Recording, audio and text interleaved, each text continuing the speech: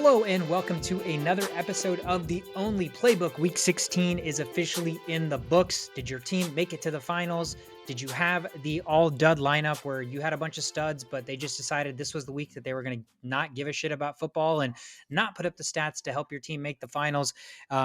Whether you sat on one side of the coin or the other side of the coin, that's what makes fantasy football just, you know, fun, but also at the same time makes you want to pull your hair out, man. That's the beauty of fantasy football. I'm Sweetcar. I got Shovit alongside me. How are you doing, Shovit, as we are on the eve of fantasy football championships? We're here. Oh my gosh, the finals. Finals is this week. Luckily, I was on the side where my team did not have a Dudley performance. I am in the finals of one of my leagues, so hopefully, just praying to fantasy gods to get the final win to close off the season.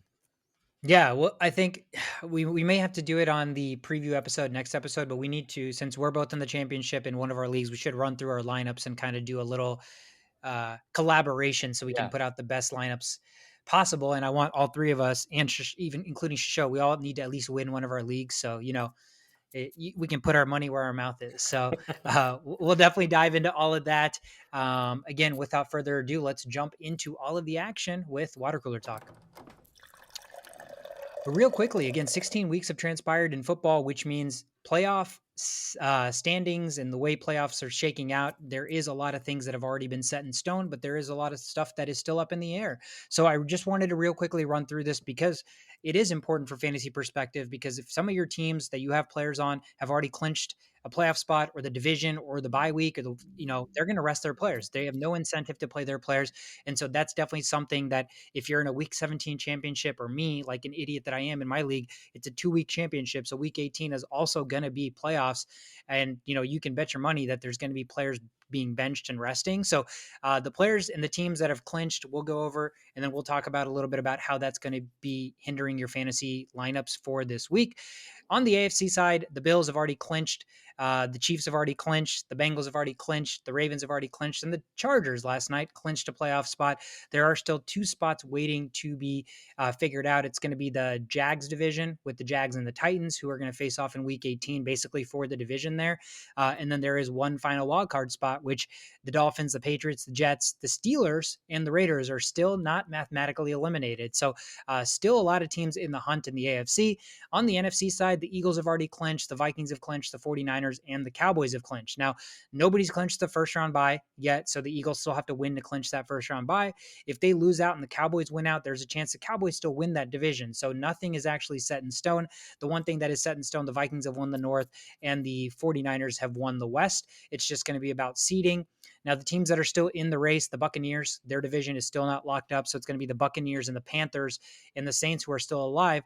Bucks and Panthers actually face off this week. So that's going to be a big implication matchup for fantasy. So luckily, if you have players on teams who are still vying for a playoff spot, your players are going to be full send. So the Bucks, Giants, Commanders, Seahawks, Lions, Packers, Panthers, and Saints are all still alive. So that bodes well for a lot of people who have fantasy players on those teams. But if you have fantasy players on teams like the Bills, the Chiefs, the Eagles, the Vikings, you definitely want to keep an eye out for whether they're going to rest players, limit players, only play a half, whatever the case may be, because that's going to be the difference for you. Those are the teams that have playoff implications, as we've done every week with recapping the episodes. Let's talk about the NFL draft. The 2023 draft order hasn't really shaken up too much from last week. Houston's still first, Chicago second, Seattle third, Arizona's fourth, and Indianapolis has jumped into the top 5. The interesting thing to note here, you would have thought Houston has already locked up the 1 seed, but because they decided to win this past week, they are only a half game ahead. So Chicago, the team that has the perfect rebuild scenario, if they really want to truly rebuild to perfection, they still have an opportunity to get the number 1 overall pick with having a quarterback of the future, having tremendous amounts of cap space. So they're going to be looking really pretty heading into 2023. All that's going to be required is Chicago has to lose out and Houston has to win out. Or I think Houston can win one and Chicago loses one and they both lose one. So basically they're only a half game back. So Chicago, if they're playing their cards right, they're going to do what they've been doing the last 7-8 weeks, right? They look really good in the first half. Field is making a ton of progress, but when push comes to shove down the stretch, they're just going to lose. And that's going to be the best recipe for them. We'll see how it shakes out for the draft order. That's going to be very key for fantasy football in 2023 and the way you draft.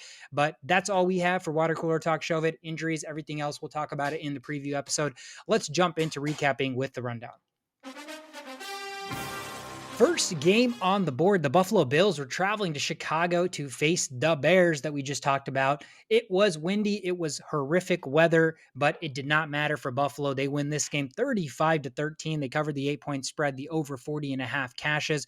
Buffalo is currently sitting as the number 1 seed in the AFC at 12-3. They are tied with the Chiefs, and they do have the tiebreaker, so they have not locked up the first round bye yet, which means Josh Allen, Diggs, all those guys in your fantasy finals hopefully still have incentive to play, as do Mahomes, Chiefs, Kelsey, those guys, right? So those big dogs are still going to play at least for this week.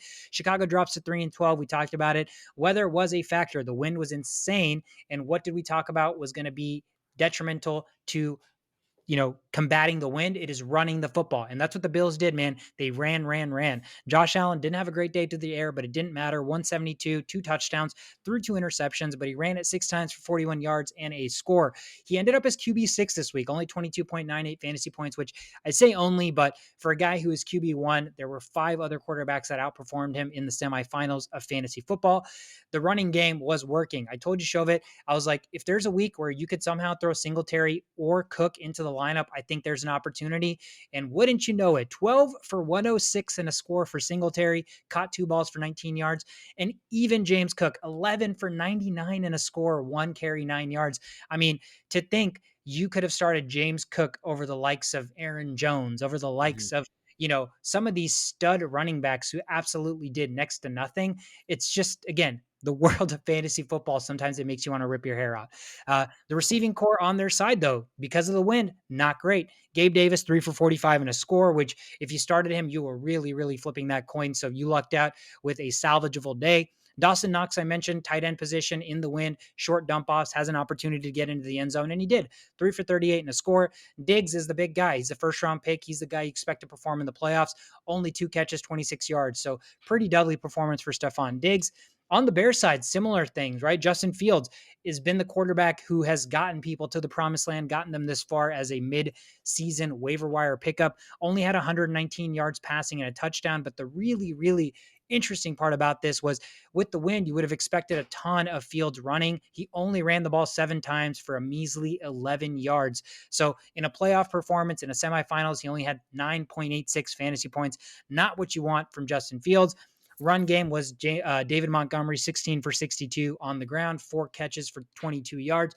Nobody really of note through the air for them. So again, the wind was a factor. It was a huge factor, even in ways that we didn't expect it to be. I didn't expect Justin Fields to have this shitty of a day, but if you made it to the finals despite Justin Fields having this type of performance, then you're in a pretty good spot. Otherwise, again, if you had a lineup of Fields, if you had a lineup of Diggs, if you had a lineup of insane amounts of studs. There were so many studs that just did not perform this week. And Stephon Diggs and Justin Fields are the biggest ones in this game that stand out to me. Buffalo takes care of business. Again, they're 12-3. Chicago drops to 3-12. And we will see kind of what the future holds for Chicago, whether they can get that number 1 spot in the draft. Yeah, lots of receivers that definitely did not have that performance that you expect them to have in the fantasy playoffs. Next up, we have the New Orleans Saints that traveled to a cold Cleveland City to face the Browns. The Browns are favored by 3 points, and they did not cover that spread. Saints get that spread by +3. Over under was at 32. The final score was 17-10, so the under hit there. And it was a cold day in Cleveland. I think it was one of the coldest days football games played in Cleveland in history. So the 2 quarterbacks combined for a 50% completion. 50% completion percentage. So not a lot of great passing going around. Kamara for the Saints had 20 carries, 76 yards. Finally gets into the touchdown. We see some of that rushing yards and touchdowns and production that we want to see. Probably too late. If you have Kamara, you're probably not in the playoffs. Taysom Hill, a guy that you've been mentioning that if you start him, you might have a good fantasy week in that tight end position. At 9 carries, 56 yards, also gets a rushing touchdown as well. No Chris Olave, so Rashid Shaheed led the team in routes, targets, receptions, and receiving yards. And there wasn't any pass. Which sounds like it would be like a tremendous day for him, but the production was not there. No, absolutely. Dalton only threw the ball 15 times, so It's pathetic. you can't. I mean, it's just that The cold weather, dude, the weather. wind and the cold, Yeah, awful, just awful. absolutely made is the result of no receivers and Andy Dalton not having a great day. But they still come out with a win there. The Browns, Njoku had 2 catches for 14 yards.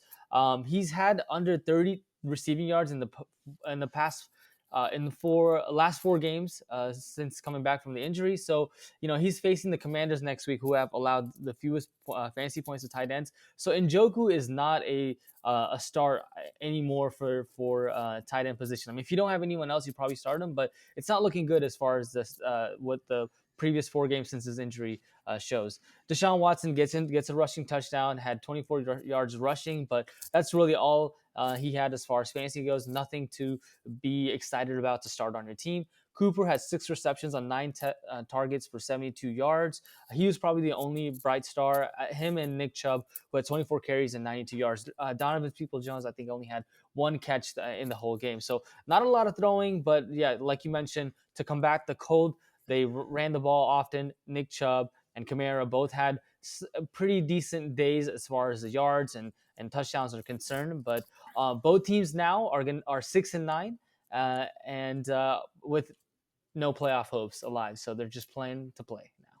Yeah, I mean, technically they're still alive, but yeah, it's 6-9. I mean, even if you win out, you're 8-9. There's probably like you need a million things to go right for you to make the playoffs at 8-9.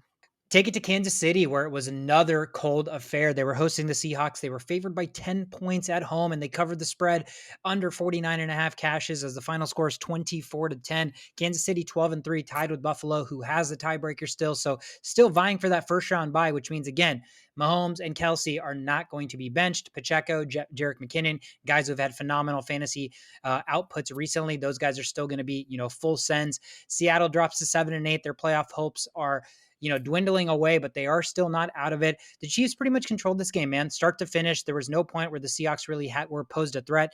Patty, 224 through the air, 2 touchdowns, 2 rushes for 8 yards, and also ran one in. He was quarterback 4 on the week with 23.76 fantasy points. Isaiah Pacheco ran the ball 12 times for 48 yards, caught 1 pass for 32 yards. Not the output that I would have expected against this poor Seattle run defense, but they just kind of got away with it. I feel like when you watch Chiefs games, a lot of times when they have an inferior opponent, it just seems like they're kind of going through the motions, and that's how good they can be, right? They can afford to run the football. They can afford to do random shit because they have such a great team, because they have a great closer, because they have Patty. Jerick McKinnon had only 5 rushes for 7 yards, but he also caught 3 passes for 31 yards and got into the end zone. So seems like he's still having a solid fantasy production, getting into the end zone, catching those passes from Patty.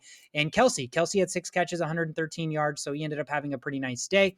On the other side, Geno Smith, 215 through the air, only 1 touchdown, threw an interception, only ran the ball 3 times for 16 yards, so not the best output from Geno Smith. Kenneth Walker had a nice day, 26 carries, 107 rushing yards, did not find the end zone, but still, that is a workhorse if you've ever seen one. DK on the outside, 7 catches, 81 yards in the absence of Tyler Lockett. Noah Fant caught the only touchdown pass for Seattle, 2 catches, 12 yards, and a score. Again, this game kind of played out the way I expected it to. I thought the Chiefs had the opportunity to put up more points because the Seattle defense is bad. But again, that's where when the Chiefs don't feel like they really need to, they kind of don't. They're not the team that kind of puts their foot on the gas when they need to. They have the capability to do that, but they can also kind of lollygag their way into victories because they know they're better than a lot of these opponents. And that's kind of what I feel like they do a lot of the times. That's why they struggle covering those spreads. That's why all their games are so tight, right? They barely win, but they still win. And that's all that matters. And now they're sitting at 12-3. They're still fighting with Buffalo for that number 1 seed and that first round bye. Awesome. That takes us to Minnesota, where the New York Giants played the Minnesota Vikings. Vikings were favored at 4 points. Like, they did not cover that spread. The final score was 24-27. Vikings win. And man, this game was probably, like every single Vikings game, is just just a wild experience to go through, where you're like, you're gonna win this game. Like, it's looking really good. You have a blocked, I think it was a blocked punt late in the fourth quarter. And things are with 3 minutes remaining, but yet here come the Giants, like keeping it competitive. Last minute, 61-yard field goal by Greg Joseph to win the game, allows the Vikings to win. But that was a roller coaster of a game, and I don't know how you go through that week in, week out. But Not as even far week as, in and week out, bro. 31 years of my life now. I feel like yeah. I'm 31 pushing 90 just because the Vikings take like 3 years of my life every season that I watch them play. Well, the thing about the Vikings is, field goals have not been kind to them, and the fact that they were able to get a Vikings record along some other records that you guys got, a record of 61 yards, that's certainly impressive. So being in the dome, the weather did not affect that game. Um, TJ Hawkinson, 13 receptions on 15 targets, Dude. 109 yards, 2 touchdowns. We talk about KJ Osborne being the wide receiver too, but TJ Hawkinson, man, as a tight end coming in and taking that role, and he had a sick catch as well. That second touchdown Mhm. was a really nice grab, and I think it's making up for the drops that he has. I don't think he's been great for the Vikings, so like that was a good production for the Vikings. Justin Jefferson, as always, just out here, finding ways to catch the ball. 12 reception on 16 targets, 133 yards, 1 touchdown. The announcers are like, hey, they should double team, play press, and put a safety back. They do, and Justin Jefferson still gets catches. It's crazy. Adam Thielen had 1 catch, and I think that he's declining. He's at 33 years old, and I looked at a stat that there's only been 4 receivers that have multiple catches in the game after 33, like Julio Jones included, and some other guys. So Adam Thielen, not looking like the wide receiver too, but you guys have KJ Osborne that's kind of stepping up, and now TJ Hawkinson. If he kind of plays like this, you're looking pretty good. Dalvin Cook had some really good runs throughout the game, but fantasy wise, not the production you expect. 14 carries, 64 yards, but he had nice juke moves, but those don't show up on the fantasy sheet. For the Giants side, Isaiah Hodgins is coming up, man. 8 passes for 89 yards and a touchdown. This guy is looking like a solid, like a really good starter. He was picked up from the waivers and now looking like a wide receiver one for the Giants. Moving on to next year, this is a guy that you need to look out for. Richie James also had one of his best games as as a Giant. 8 receptions for 90 yards. And Saquon Barkley, 14 carries, 84 yards, 1 touchdown. Also had 8 catches and had a big touchdown late to tie the game or get it into a 2-point game, and then they go for extra point. But all in all, I thought Saquon Barkley played decent, and that big run definitely helped out his production wise. But yeah, man, this was just a wild game, and Vikings find a way, as always, to come out and win games, whether they're down by 33 or by or tied with 50 seconds remaining in the game. They just come out and win, and that's what makes them impressive. Yeah, I mean, again, you can only point to luck, or you can only point to like, oh, everything's going right for them so often. I mean, like, at what point is 12 wins, equally as impressive to come out victorious in every single one of these close score games versus just being like, oh, at some point they're going to falter. Don't get me wrong. I think at some point they're going to falter, but I think we still need to give them the credit they deserve. It's nearly impossible to win this many amount of one possession games. And the Vikings, I think, have like 8 or 9. I think they're 8-0 or 9-0 in one possession games, which is just unheard of. I think Kirk's led like 8 game winning drives, which is the record. Like, they're just doing things that, it's like 55 minutes of the game. It's like, whatever. Last 5 minutes of the game. Okay. Now we really need to kind of put our foot on the gas and show out. And they've done that. And again, every single week we've sat here and been like, okay, at one point is the shoe going to drop on the other end? And, they bring glimpses, right? That Eagles game, that Cowboys game, that Lions game. But all in all, 15 weeks into the season, you have to be ecstatic if you're a Vikings fan to be sitting at 12-3. Another cold one in Foxborough. The Patriots were hosting the Cincinnati Bengals, who are red hot. Bengals coming in at 3-point favorites in Foxborough. They covered the spread under 41.5 cashes, 22-18 final. Cincinnati now 11-4. The Patriots dropped to 7-8. Their playoff hopes are dwindling away. The Bengals controlled this game early, man. I mean, they went out to a 22-0 lead. And Joe Burrow had close to 300 yards and 3 touchdowns passing at half. He was on pace for a historic fantasy day. But the second half was kind of a different story. The Patriots made a late surge. They forced the Bengals to punt. Burrow threw 2 interceptions, and the Patriots came close, and they had a chance at the end to actually win this football game, but they fall short. Joe Burrow, 375 through the air, 3 touchdowns. I mentioned the 2 interceptions. Mixon on the ground, 16 carries, 65 yards, caught 7 passes for 43 yards. You absolutely love that as a PPR Mixon owner. T. Higgins, 8 catches, 128 yards, and a touchdown. Guy's been solid all year. He's typically overshadowed by Jamar Chase, who had 8 catches for 79 yards. And who is this Irwin guy? 3 catches, 45 yards, and 2 scores. They hype him up so much, man. I don't know if it's like a Cincinnati thing. You know how Cincinnati was hyping up their backup running back or third string running back, Chris Evans? Well, every time Irwin got on the field, the announcers were like, man, we love this kid. They love this kid here in Cincinnati. And I'm just like, okay, well, no matter who gets put on the field, Tyler Boyd, T. Higgins, Jamar Chase, Irwin, Thomas, they've had the most random array of people at times, and everybody just produces. So the one common denominator there, cool, Joe Burrow. Joe Burrow it doesn't matter who's throwing the football to, you're still going to have production there. On the Patriots side, I mean, I don't know anybody that started Mac Jones, but he had a decent day, 240 through the air, 2 scores. Rhamondre Stevenson, put that guy on the dud list as well. That all dud team, the second running back, Rhamondre, 13 carries, 30 yards, only caught 2 passes for 3 yards. Not the the performance you expect from a RB1 and a guy who's been a workhorse. The receiving core, if you started Kendrick Bourne somehow, good for you, 6 for 100 and a touchdown. Jacoby Myers was a more realistic start because of his production and the targets that he saw, and he had a great day, 6 catches, 83 yards and a score. Close game. Cincinnati, again, doing the dirty work. They took the lead early, so gave them a little bit of a buffer to play ahead, let the Patriots kind of come back in. But when push came to shove down the stretch, they held their own and they win this game 22-18. Again, Cincinnati right now is just absolutely on cruise control. Joe Burrow's been equally impressive. We continue to talk about Burrow not having a great offensive line. The offensive line has still battled injuries. It just seems like the game plan and Joe Burrow's getting the ball out a lot quicker. He's utilizing his running backs, mixing with 7 catches. So, when the offensive line's not protecting, Burrow's hitting his running backs, hitting those tight ends. But when they do protect, that's when you see those bombs to Higgins, those bombs to Chase. So everything is really working for them right now against an impressive Patriots defense. They're able to come away 22-18. Right now, Cincinnati is as hot as anybody in the NFL.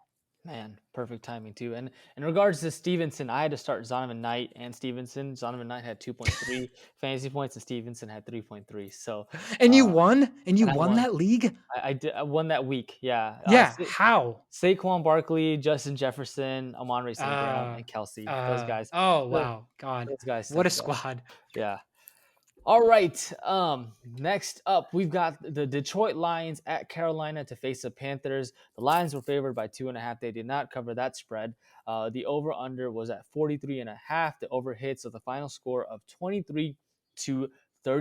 All Carolina here. Carolina ran the ball with D'Onta Foreman and with Chuba Herbert. D'Onta Foreman, 21 carries, 165 yards, 1 touchdown. And then Hubbard, 12 carries and 125 yards. They were split in snap count. And actually Hubbard did get the start, but Foreman just kept running well, and they just kept feeding him the ball, over and over again throughout the game. With that being said, next week they're playing the Bucks. Bucks allow the 5th fewest fantasy points to running backs. But what's weird is this was supposed to be an incredibly difficult matchup too. The Lions' run defense had been phenomenal, right? They'd been phenomenal. They'd been shutting down running backs. If they had a glaring weakness, it was their pass defense. And the Panthers the week before, like Foreman had 10 carries for 9 yards. I forget against who, but it was against an inferior. Oh yeah, it was against.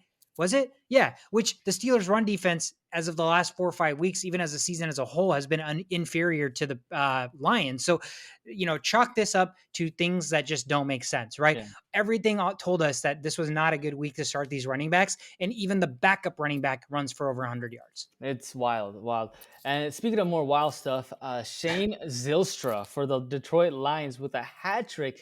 3 touchdowns and 8 catches. Who is this guy? Where did he come from? He was on the Vikings practice squad a while ago. But I think he was a wide receiver, but because of his bigger frame, they have him listed as a tight end. So pretty good day for a tight end. They've got three tight ends that they kind of run, and one of the touchdowns, they were all three tight ends were on the field, and Zylstra is the guy that got the ball, but got the touchdown. But he just doesn't see enough playing time for you to go out and get a waiver wire pick for him. It's going Yeah. to be one of those situations where touchdown or bust, and I would shy away Yeah. from pick him up and on the last week starting. Yeah. In your championship, you're not going to throw a dart with the guy who just caught 3 touchdowns. Absolutely. Swift did see more playing time, but it did not equal the fantasy production. He's touchdown dependent, 4 carries for 12 yards. So it's just a really tough situation for Swift owners. On hopefully you've got someone else to play with. If not, then you might just have to roll dice and hope he gets that touchdown.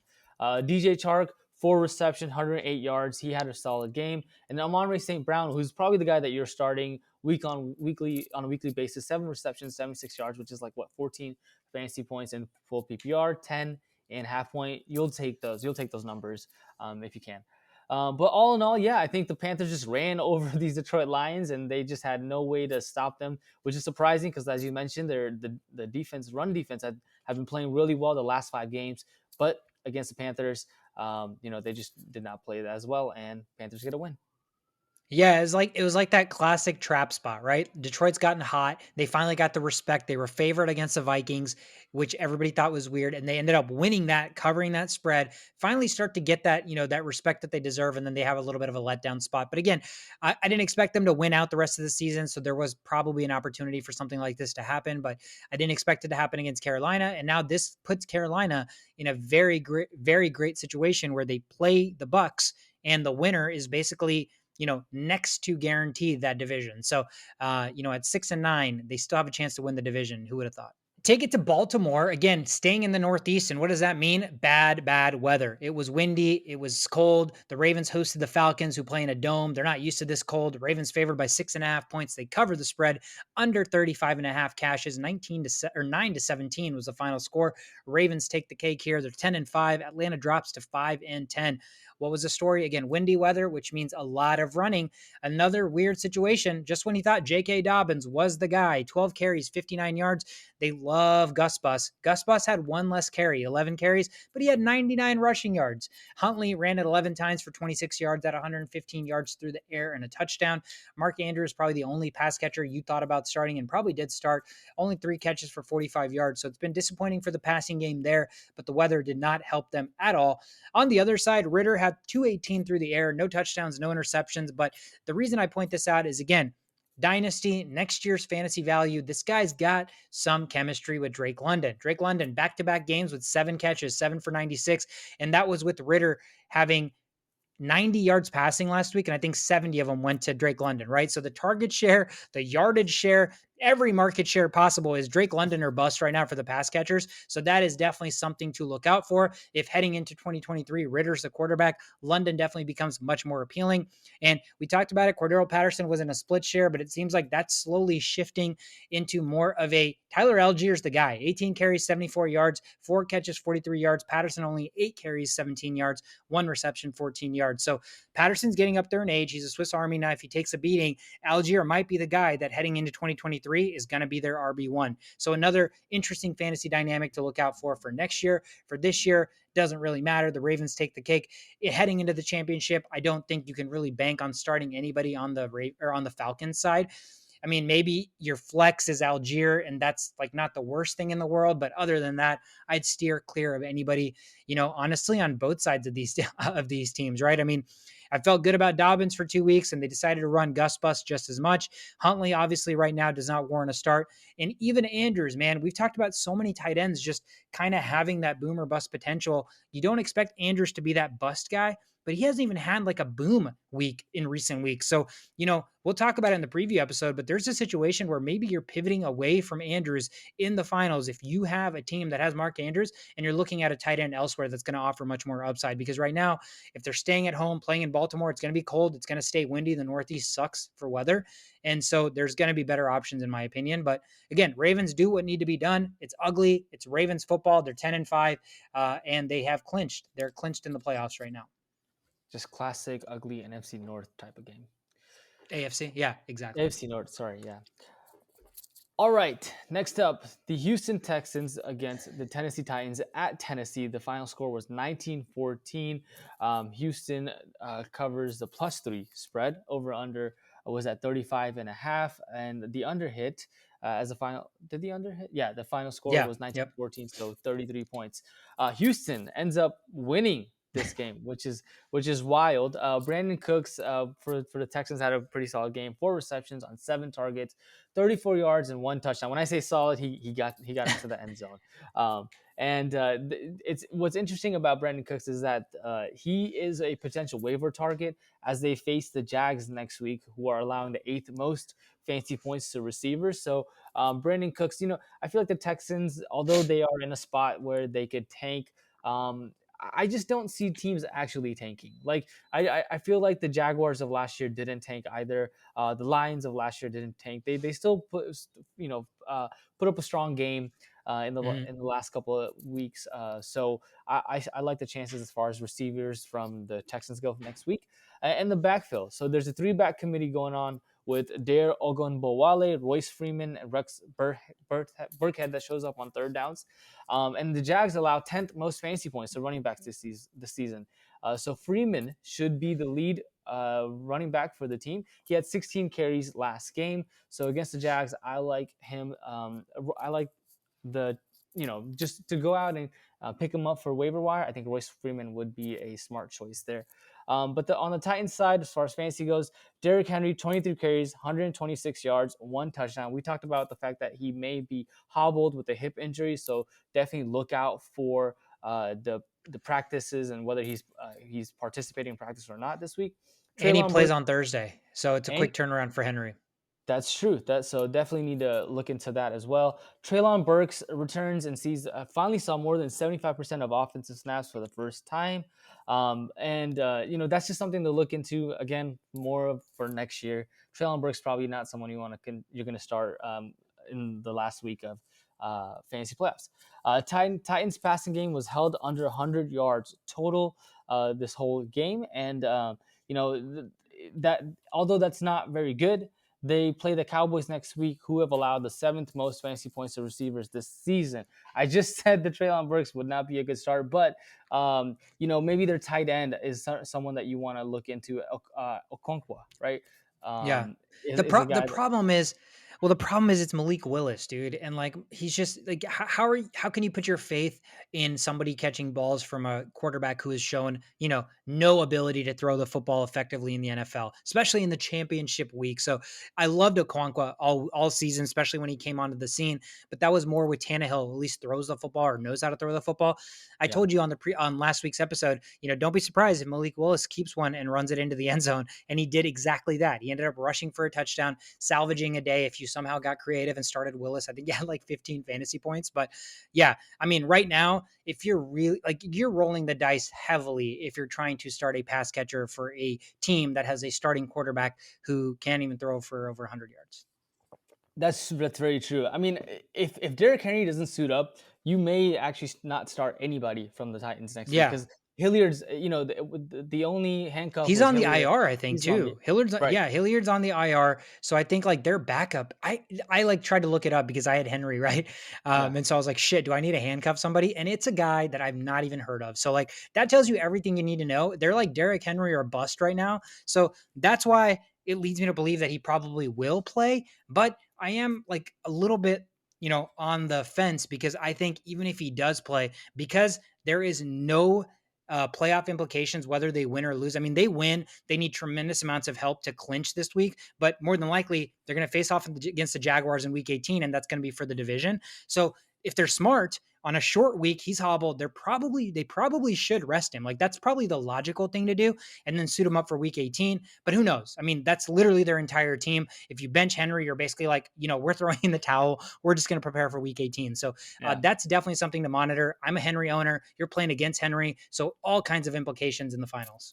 Yeah, absolutely. I think you have to kind of think, dude, can you beat the Cowboys? Do you have a higher chance of beating the Cowboys, or do you have a higher chance of beating the Jags? I Definitely the mean, Jags. I think yeah, at this point, it'd Yeah. probably be a Jag. So resting might be a smart choice. But yeah, all in all, Texans surprisingly win this game 19-14, hurting their chances of getting the first pick of the draft. Yeah. Kudos to them, man. They could have had this number one pick locked up. They lost 2 weeks in a row, but against the Cowboys and the Chiefs, they held their own. And here against Tennessee, they come away victorious. So, I know earlier in the season I gave Texans fans shit like, what are you guys even like watching these games for? But kudos to them for continuing to fight hard, man. They could have literally folded and like they could have gotten romped against the Cowboys and the Chiefs, but they just didn't. And now they come away victorious against Tennessee. So golf claps to the Houston Texans. Consolation victory.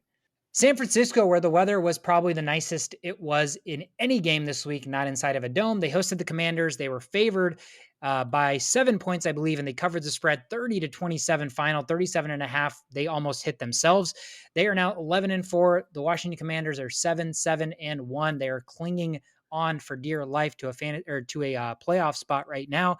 I guess San Francisco, despite all their injuries, they're looking pretty good still. Brock Purdy, 234 through the air, 2 scores, 1 interception. CMC, not the greatest day, but still found the end zone, 15 for 46, 2 catches only for 12 yards.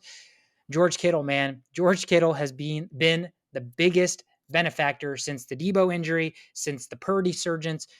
6 for 120 and 2 scores. I think his last 2 weeks have been better statistically than the first like 12 weeks combined. So it's been some ridiculous numbers for George Kittle. Ayuk saw some nice yards, 5 catches, 81 yards. Nobody else really on the other side there. Brian Robinson, 22 carries for a measly 58 yards. And hey, if you were desperate and you decided to flip a 3-sided coin for what receiver to start for the Commanders, no matter which way that thing landed on, you were happy. TMC, 4 for 77 and a touchdown. Dotson, 6 for 76 and a touchdown. Curtis Samuel, 5 for 52 and a touchdown. If you somehow thought that starting one of these receivers against the San Francisco 49ers defense was a good idea. TMC with Heinicke, I get it. Dotson had been touchdown dependent, so that was a risky play. Samuel, shit, you really had to have been desperate. All of those would have paid dividends for you. Shit, even if you decided Taylor Heinicke was going to be your streaming quarterback against one of the best defenses in the league, this is where fantasy doesn't make sense. He had a pretty good day. So take with that what you will. The future is bright, at least for the receiving core here. TMC's locked up. Dotson looks like he's going to be great. Samuel's a nice Swiss Army knife, but the Commanders lose this game, still hold on to that 7 seed, barely at 7-7-1, with a couple teams on their tail, like the Lions and the Packers. 49ers at 11-4, they're still chasing that 2 seed, hoping the Vikings lose and they can win. Man, the Packers want that pretty bad. We'll see if they get it. They're pretty much not going to get it. I don't know. We'll see. All right, next up, Philadelphia Eagles at Dallas to face the Cowboys. Dallas was favored by 5 points. They do cover that spread. The over-under was at 46.5, and that gets blown through the roof. Final score 34-40. On the Eagles side, Devontae Smith had a monstrous day. 8 reception, 113 yards, 2 touchdowns. AJ Brown had 6 reception, 103 yards. Doesn't see the end zone, but I think he finished with more than 100 yards, so that was pretty good for him. Goddard was back, so 3 catches and 67 yards. I think that's a decent stat line for a tight end position. The 67 yards definitely helps out. A guy that's going to be back in your fantasy lineups if you are playing in the finals. Gardner Minshew had 2 touchdowns, 355 yards, 2 interceptions, also 1 rushing touchdown. So if you were thinking of streaming Gardner Minshew this week, he definitely produced some fantasy points for you there. Miles Sanders, not so much. 21 carries, only 65 yards. But it was just that type of game where they were airing it out often, and so that's why all these receivers had pretty good games. On the Cowboys side, just like Devontae Smith had a monstrous game, CeeDee Lamb, 10 receptions, 120 yards, and 2 touchdowns. Monstrous, amazing day for CeeDee Lamb. Gallup gets a touchdown, 7 targets, 61 snap. He was on the snap count for him was 61 snaps altogether. So a guy that's just because he's seeing the playing field. I know Noah Brown was in the conversation last week, but Gallup is a waiver wire pickup with this Cowboys explosive offense, and they're playing the tight ends who allow the most fantasy points to receivers next week. So go out and grab Gallup if he's on the waiver wire this week. Prescott had a decent game, 3 touchdowns, 347 yards, also threw a pick. Zeke, 16 carries, 55 yards, and a touchdown. Tony Pollard, he is not feeling well as far as injury goes. He missed practice for the second day in a row, and he might also sit on Thursday. So a guy that you need to kind of look into, just like Derrick Henry, Tony Pollard may be a guy that doesn't get a start, and they may take a week to rest him as well. And then lastly, Dalton Schultz, 3 receptions and 43 yards for the day. Yeah, I'm a Dalton Schultz owner, and I have not been happy with the production that he's been seeing, like, or just the targets that he's seeing. It's just not enough for me to be excited about week in on week, like to start him weekly on a weekly basis. And so, I'm looking elsewhere, but chances are there's not any other options, so I have to continue starting him. But not the kind of production that you wanted to see, especially in the playoffs. But all in all, I think that the Cowboys held on pretty well, 40-34. Gardner Minshew had a pretty solid game, but it just wasn't enough for the Cowboys, who just played lights out with Gallup and CeeDee Lamb getting a touchdown. It was just tough for them to come out and beat the Cowboys at home. Yeah, this was an awesome, awesome game to watch, right? Back and forth, shootout. Defenses didn't really play well. Offenses stepped up. Minshew to fill in against the Cowboys' vaunted, pass rush. He did spectacular. If you were a guy that was like, "Hey, Hurts is in a offensive system that any quarterback can thrive in. I'm just going to plug and play Minshew." You're pretty happy. I think he had like 22 fantasy points, which you would gladly taken at that point. And this bodes kind of well for if you're in the finals and you're a Hurts owner. There is a world where you can pivot to Minshew and still be okay because this offense is just that dynamic. They have that many great playmakers, and the scheme is phenomenal. But kudos to the Cowboys. They needed this victory to keep pace, to have a chance at winning that division still, even though it's slim. But to win a big game at home against the divisional opponent, who is, the number one team in the NFC, despite having their backup quarterback, I think it's still a nice boost for the Cowboys' morale. And you mentioned Pollard and Henry, they play each other on a short week. So even more incentive that both those guys have a chance to rest. And ironically enough, both those guys are my running backs. So I'm going to really, really be pivoting here in week 18. And I'm going to be so upset because, if this was a regular fantasy league where, week 15 and 16 or the playoffs or whatever, like in the finals, I would have already won. But there's going to be 2-week matchups. So you're really, really going to have to be doing some digging into the waiver wire if you are me, or somebody in a league that's going to, play through week 18. The Pittsburgh Steelers and Mike Tomlin just don't want to go away. They were at home. They were hosting the Raiders. They were favored by 2.5 points. Another game where I was like, this is a game. This is another classic Pittsburgh game where they should win this game because they are better coached. What happened? They win the game by 3 points, 13-10, cover the 2.5 point spread, under 38.5 cashes. I mean, Tomlin record's still alive, man. They really, really want it. Kenny Pickett had a decent game, 244 through the air, 1 score, did throw an interception, 3 rushes for 9 yards. Najee Harris caught a decent amount of balls, 6 for 42, ran it 16 times for 53 yards. Freiermuth finally got back on track. All he needed was Kenny Pickett, 7 catches, 66 yards. Deontay Johnson, 5 for 64, and Pickens caught that game-winning touchdown, 5 for 57, and a score. That guy's impressive. On the other side, not so impressive were the entire Raiders team. I mean, this was just abysmal. Derek Carr, 174 through the air, 1 touchdown, 3 interceptions. Vegas needs to move on from this man, please. Like, just make it happen. He needs a change of scenery. Josh Jacobs, put this guy on the dud list for superstars who performed, poorly in the playoffs for you. 15 carries, 44 yards, only 1 catch for 6 yards. And then, my God, man, another guy that's on my team, Davante Adams, he has just been missing the last 3 weeks. 2 catches for 15 yards.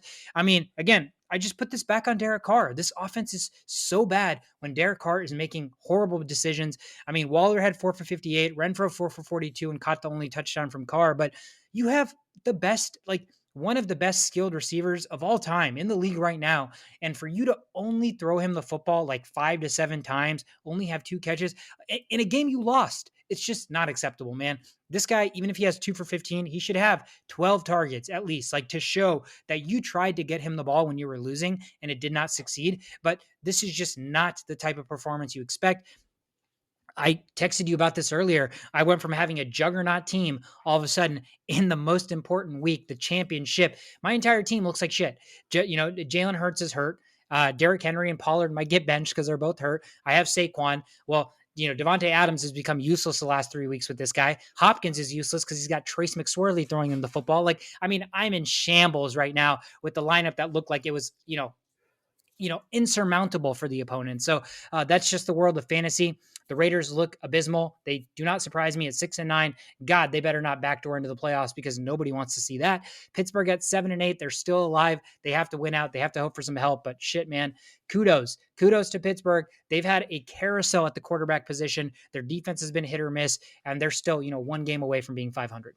It's wild, and it's a testament of what Tomlin is about. But I think Adams, it was funny when I was watching the game. Every throw to not named Adams was accurate. The throws to Adams were like out of his reach or in sidelines, and he gets knocked out. And it's crazy how they didn't target him more often than not. But I think the Steelers defense came out and played in this cold weather as well. So Yep. so kudos to them. Vegas isn't used to that cold, man. No, not at all.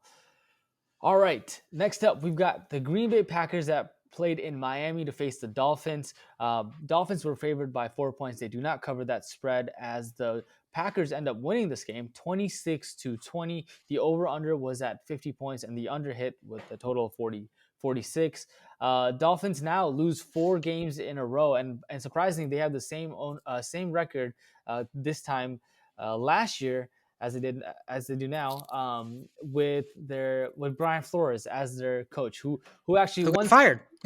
who got fired. Yeah, I know, right? He won 7 games in a row to be 8-7, and now they're losing 4 games in a row, and now they're 8-7.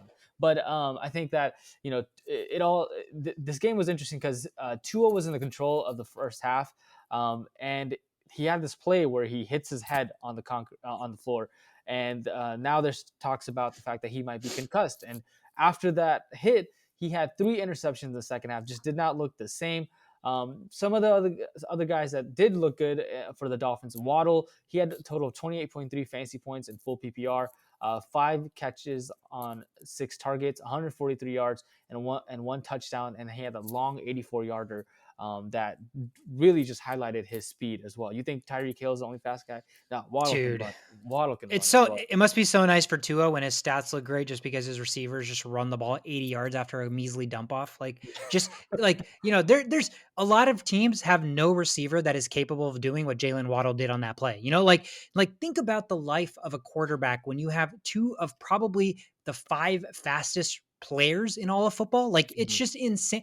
And Mozart. They have Mozart, who's also freakishly fast. So Right. I mean, Tua's life is so damn easy when all he does is have to hit these receivers and let them do everything else. Yeah, no, you're absolutely right. And the fact that Tua isn't able to do that, I think the concussion maybe played a big role it as well. Oh, yeah. So we'll find out more reports on that and see if that's something to be, to consider as far as your lineups goes. But Tyreek Hill, 17.3 fantasy points, 4 reception on 103 yards.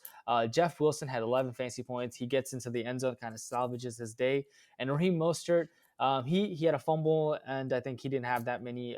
He didn't have a great of a week, but I think the fumble kind of was the reason for all of that.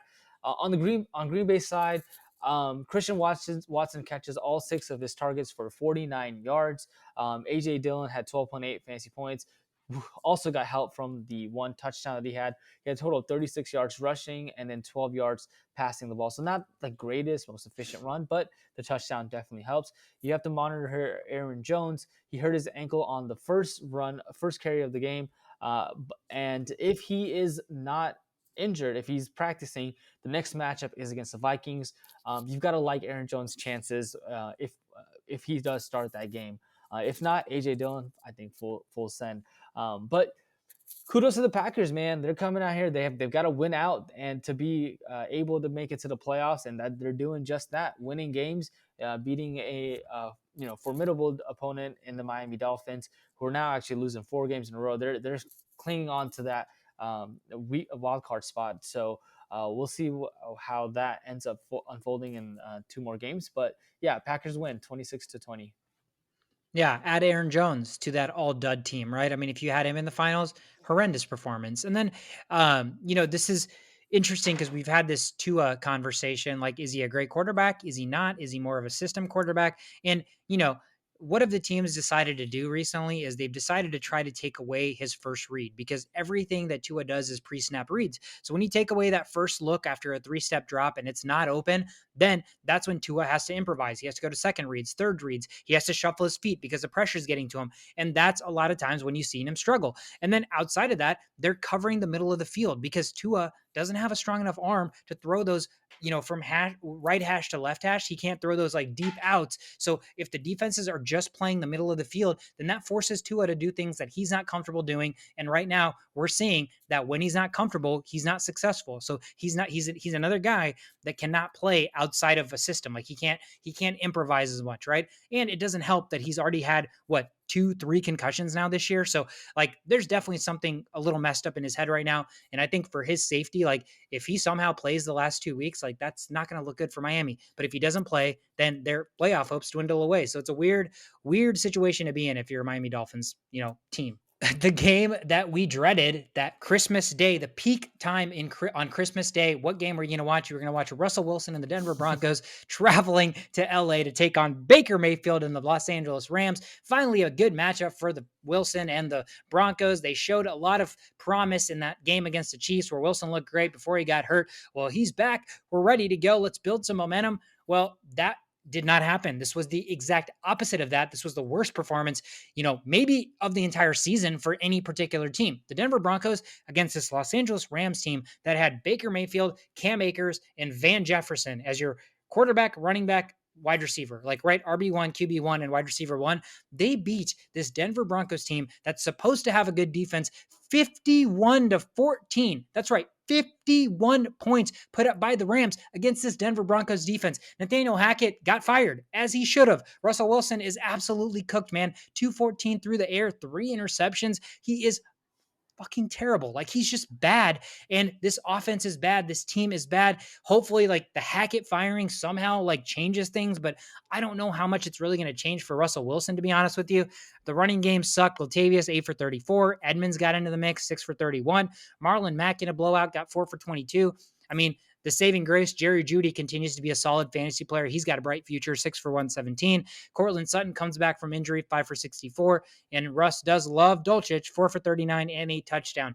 So, I mean, I'm out of words. I'm out of words at how much I despise this Denver Broncos team, man. How much I despise just the make of this team, the fact that it's led by Russell Wilson. Everything about this just screams like chaos and a mess. And hopefully the Hackett firing changes things. But I don't know. I think Russ being there really, really, is not going to change things that drastically from the coaching perspective. And let's talk about the Rams for a minute. I never thought I'd be talking about the Rams in your semifinals of your fantasy football championships because there was nobody that was worth starting. So if you somehow thought that starting Cam Akers against the Denver Broncos defense in the semifinals or the playoffs of your fantasy football was the move, if you somehow had a thought process that led you to believe that that was the right decision for you to make, then I have nothing but kudos to you. Cam Akers had 23 carries for 118 yards, 3 touchdowns. This dude found the end zone 3 times. Again, another anomaly. Like, do you call the guy that started Cam Akers in this horrendous matchup with a team that just gives 0 fucks, like a god, a guru, or do you say you're stupid and you got incredibly lucky? Because I don't think anybody saw this coming. Nobody could have seen this coming. Tyler Higbee also, I mean, if you thought if you were the guy that started 2 players from the Rams and you started Higbee and Akers, you would have outscored a team that started Stevenson, Aaron Jones, Justin Fields, Stephon Diggs, all 4 of those guys combined. Higbee 9 for 94 in 2 scores. Denver's defense was probably the biggest disappointment of this week, allowing 51 points to the Rams, giving Cam Akers 3 scores, giving Tyler Higbee 2 scores. I mean, just wild, man. This fantasy football season, this NFL season, if there's one word I can use to summarize it, it's just wild, just absolutely wild. I mean, the Rams win this game 51-14. I don't even know if the Rams have scored 51 points in like their last 7 weeks combined. This is just insanity. Yeah, and the last the position to highlight is the defense, the Rams defensive special team, who had 4 interceptions and a touchdown, 21 points altogether. So lots of fantasy production if you decided to go with the Rams. For me, I've got Rams defense on my bench and I didn't start them, and I thought that Why would you? I thought Russ was gonna cook. I thought that this was a No game. Donald. I think Donald was out this game. Like, Yep. why would you have started the Rams? I saw a guy whose playoff matchup came down to like he had the uh Broncos defense starting and he was up and he was playing against the Rams defense. Like they only had defenses left and the Broncos defense guy just got shit on, bro. Like Yeah. who would have thought? Yeah. -5 points, right, or something like that. I mean, Yeah, 41 minus points. four or five, and then the Rams putting up 21. That's like a Yeah. 26-point swing. Like just insanity. All right, next up, Sunday Night Football. Tampa Bay Buccaneers at Arizona to face the Cardinals. The Bucks were favored by 7.5 points. Over under was at 40.5. The under hit, and the Bucks do not cover that spread as the final score was 19-16. So on Tampa Bay's side, Leonard Fournette, man, 9 catches for 90 receiving yards, 72 yards rushing with a total of 25.2 fantasy points in full PPR. Talk about like how did that happen? Dude. That was wild. Rashad White, 15.3 fantasy points. He did have a receiving touchdown that helps his fantasy production as well. On the wide receiver for Tampa Bay Buccaneers, Godwin led in fantasy points with 10 targets, 8 catches for 63 yards. Mike Evans, man, 8 catches, 8 targets, 3 receptions for 29 yards. Mike Evans and Tom Brady, that connection is just What not happened? happening anymore. I What think happened? I think that it's got to be both Tom Brady and it has to be Mike Evans kind of declining both at the same time. Uh, Yeah. I mean, that's the only reasonable explanation I have because, yeah, I don't know. Russell Gage, 6 targets, 5 receptions for 65 yards. So he had a decent game, but out of those receivers, Godwin is the only one I trust given the targets and the yards that he gets from those targets. Outside of that, I don't trust any other receivers for the Buccaneers. Cardinals, James Conner, eight targets, 7 catches, 79 yards rushing, and 1 touchdown. Greg Dortch, who had 11 targets, 10 catches, 99 yards. Find me a person that started Greg Dortch, and we'll get him on this podcast, and he needs to do God, some bro. analysis. Hopkins, 10 targets, which you think is going to be great, but that only results to 1 catch. Another Dudley performance by DeAndre Hopkins. But this game, the final score was 19-16, and it goes to overtime. 16-16 was a score in overtime. And Tom Brady, just connected and looked like vintage Tom Brady, connecting 6 consecutive passes, and was able to lead this team to victory with a field goal and overtime to win the game. So the Bucks still top of the NFC South. They control their destiny. So as long as they win out. They'll make it to the playoffs. But we'll see if that unfolds.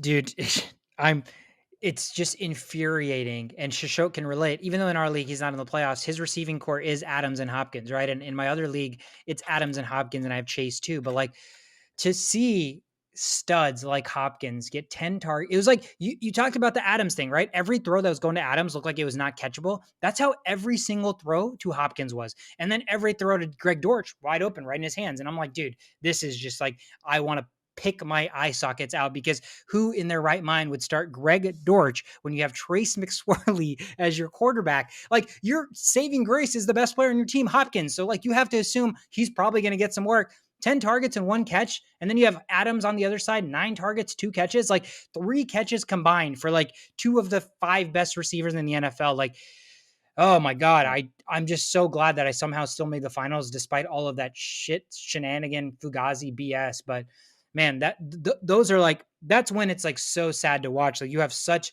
great talent and the production is just not there. I mean, Yeah, I mean just, it's all a direct result of the quarterback. McSorley and Hopkins. You knew that Hopkins was going to have a big drop off as soon as Kyler Murray got injured, and then Derek Carr and Devontae Adams. That's a little bit more surprising to me. The yep. fact that because Carr's not terrible, right? He No, can he's not. he's a decent quarterback, but just not being able to target the guy who you go out and get for from the free agency this year. He's the guy. He's got to be the focal point of the offense.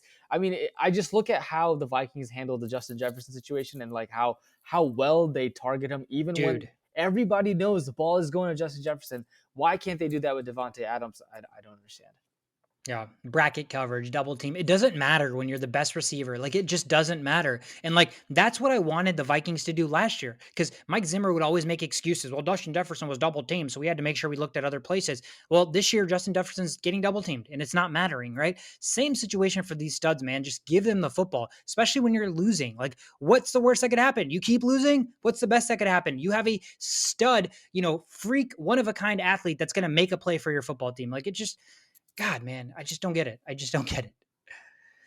Let's end the rundown, shove it with Monday Night Football. The LA Chargers just continue to play weird football that leaves something to be desired. They traveled to Indianapolis to take on the Colts. The Chargers needed a win to be into the playoffs, and they did that. 20-3 final. They covered the spread of 4.5, under 45.5 cashes. Chargers punched their ticket into the playoffs. Herbert's first season going into the playoffs, 9-6 is their record. Indy drops to 4-10-1, starting Nick Foles, who looked the opposite of how Nick Foles has looked in his time in the NFL. You thought you were going to get that magic. You thought you were going to get the, oh my God, Foles comes in and all of a sudden changes the script. Well, no, it was just abysmal. It was absolutely abysmal, but it doesn't even matter because that's kind of what the expectation is when you have Nick Foles as your starting quarterback and Jeff Saturday as your coach. The Chargers offense just still is not clicking. Like it's another weird situation where I feel like all of the weapons are there. They're all healthy finally. They're back on the field. You have Herbert, who's supposed to be a superstar franchise, next generation quarterback. You have an insanely talented running back in Eckler. You have a coach that's, progressive, that loves to go for it, loves to do crazy things. But again, to only put up 20 points against the Colts, struggle. Herbert threw for 235, no passing touchdowns, 1 interception, ran the ball 5 times for a single yard. I mean, just not great quarterback production from Justin Herbert, who went pretty high in fantasy drafts. Eckler, 18 for 67, found the end zone twice. So he ends up having a great day.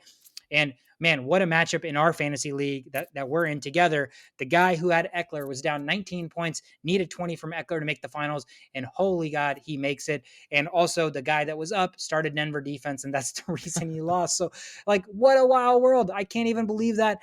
Keenan Allen looks like he's finally healthy, 11 catches for 104 yards. Mike Williams, 4 for 76.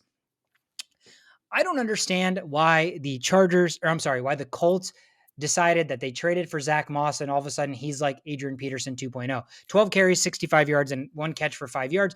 Deion Jackson, the guy that I expected, who had been so good when Taylor had been hurt, like looked explosive, can catch the ball, can run the ball. All of a sudden he's gotten pushed down in this depth chart. It's not even Jackson as a spellback. They have Jordan Wilkins coming in to spell Zach Moss. Deion Jackson caught a pass on the first drive and then didn't see a snap until the final drive of the game. So he's got to be in the doghouse, or he's too good and Jeff Saturday's trying to lose games that they're like, we can't put you on the field. Sorry, bro. Like, you're too explosive for us. So like, I don't know what it is, but he didn't get some playing time. Zach Moss all of a sudden is getting volume. So he's a guy that somehow can be startable in fantasy for next week just because he's getting carries. Michael Pittman Jr., 4 for 39, Pierce 3 for 26, Campbell 2 for 19.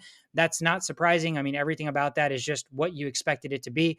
Nonetheless, the Chargers get the job done. They win the game 20-3. They punch their ticket into the playoffs. The Colts continue to struggle 4-10-1. I think Foles is going to be the starting quarterback next week. That's what Saturday has said, which just kind of tells you everything you need to know. Journeyman Foles is starting. Jeff Saturday, who got the coaching job on a limb, he's coaching, and they really don't have any other pieces. So I don't expect much from Indianapolis the last couple of weeks. But the Chargers, again, punched their ticket. So keep an eye out. If you're an Eckler owner, you're playing in the finals. If you're a Herbert owner, you're still starting him. Now that they're in the playoffs, are they going to rest these players? That's going to be something that's worth watching out for. That is it for the rundown show of it. That is the slate of games. My favorite segment. Let's do it. Let's give out some awards. My first award. Who in the hell saw that coming? Who could it be? Who could it be? Who could it possibly be? It is going.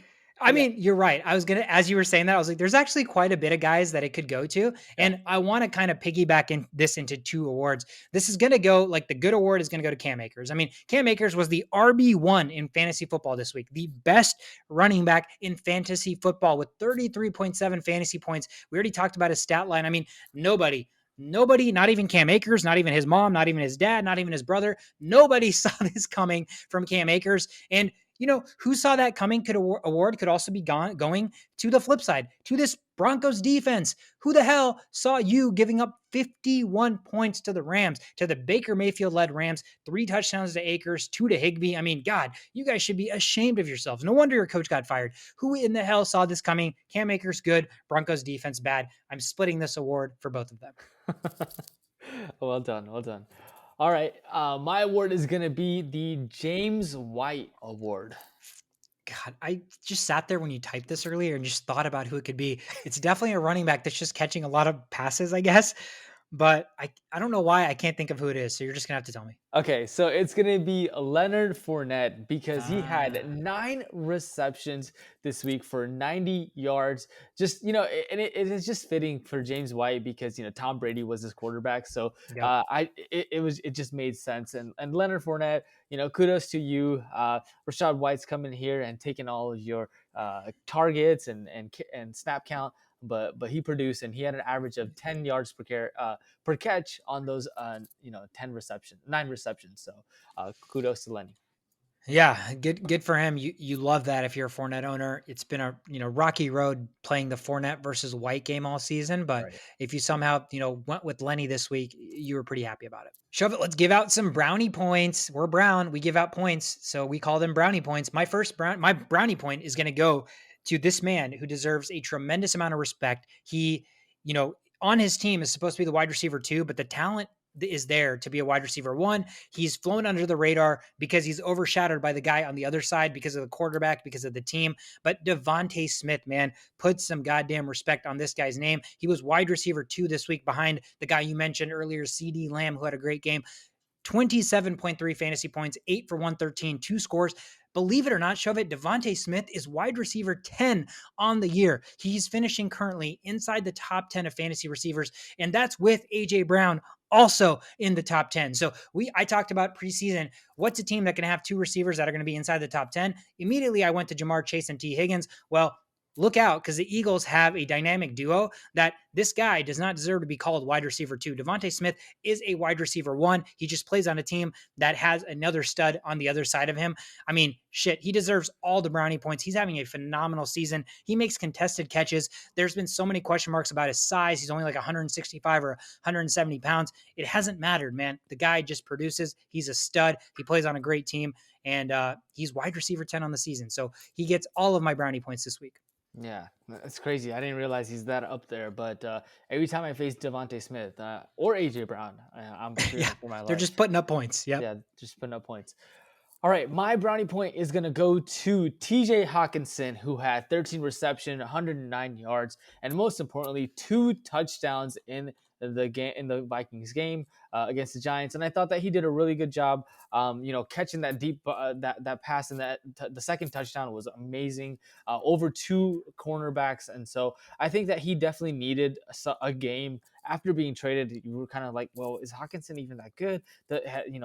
Was that a bad trade? And I feel like this game kind of shows you why they went out and got Hawkinson. So being able to produce those numbers, I think he was probably tight end 2, given that Kittle probably did a little bit better. Or he may be tight end 1. I'm not sure. I got to check Let's on see. that. I'll figure it out right now for you. Is it Hawkinson or is it Kittle? Ooh, it is Hawkinson. He's It tight is end Hawkinson. 1. Tight end 1 this week, so he gets my brownie point. Well deserved, man. And yeah, you're right. I mean, he did the trade, there were games he had good games. And then we also remember a couple of easy drop passes. And you're like, okay, tight end position, usually you expect like surefire hands. You don't want a guy that's dropping passes. Like your tight end's supposed to be reliable. So this is a great pickup for us. This is the type of game we expected. And this is in a game where Justin Jefferson had an equally insane game, right? So there's a world where both guys can be incredibly productive in this offense. And that just unlocks this offense. That just helps Kirk Cousins that much more. Great brownie point. A little biased for me, but I don't care. Hawkinson, baby. All right, that's it. That's the awards. Let's end the episode. Shove it real quick. Thursday Night Football is 2 days away. We've talked about it a lot. There are tremendous amounts of fantasy implications here. The Cowboys are going to be traveling to Tennessee to take on the Titans. Cowboys favored by 10 points on the road, over under 41. The biggest story here, I mean, Tony Pollard and Derrick Henry, monitor their health, see if they're going to be good to go, see if there's going to be any snap count limitations. They don't have to play. Neither running back has to play this week. So that could go into the decision making for the teams that are trying to play for the playoffs. And Henry, getting him ready for week 18, and a winner takes the division game against the Jaguars. But the other guys for the Cowboys, I mean, Zeke is incredible if Pollard, especially if Pollard's not going to play. He's a great, great play. The Titans' deep pass defense is horrible. So CeeDee Lamb, this is a great matchup for Dalton Schultz, even though he hasn't provided the production you would have expected from him. You're going to start Dak Prescott. This is a good matchup for him too. And on the Tennessee side, I mean, stay away, man. Don't start anybody on that side. There's really no need to. Cowboys are deploying everybody, but Henry and Pollard are the two big names that you need to look out for. Injury reports. It's already Tuesday. There's only 2 days before this game kicks off, and both guys, those two running backs, are hobbled. So that's really kind of what I'm watching out for. Shovit, what do you have for us on this game? Yeah, I mean that's pretty much it. I think that Zeke is poised for a big, big game if Pollard isn't playing. But it's Thursday night football, and the line is already 10 points, which doesn't give me any excitement. I mean, I'm still gonna watch the game, but I expect a Cowboys domination against the Tennessee Titans, who may be short of Derrick Henry and Malik Willis. You can't trust him as at the quarterback position as of now. So, yeah. And especially if Henry doesn't play, boy, do the Cowboys defense become like the best defense to start this week in fantasy, right? Like, I mean, Yeah. that's a matchup made in heaven. So that's another thing to watch out for. So that's all we got on Thursday Night Football preview. That's the episode. Thank you guys so much for sticking through another episode with us. What a wild week of football. Hopefully your team is in the finals this week and competing for that championship, because that's what it's all about, man. That's what fantasy football is all about. I don't really care about the pot. Yeah, the money is great as a consolation prize, but it's ultimately all about those bragging rights, all about all the decisions you made, all the 4 a.m. waiver wire pickups, all the research you did to put you where you are and to claim that final prize. So that is it for week 16 recap. I'm Sweetcard. That's Shovit. Thank you guys so much. We're the only playbook. We'll see you guys on Friday.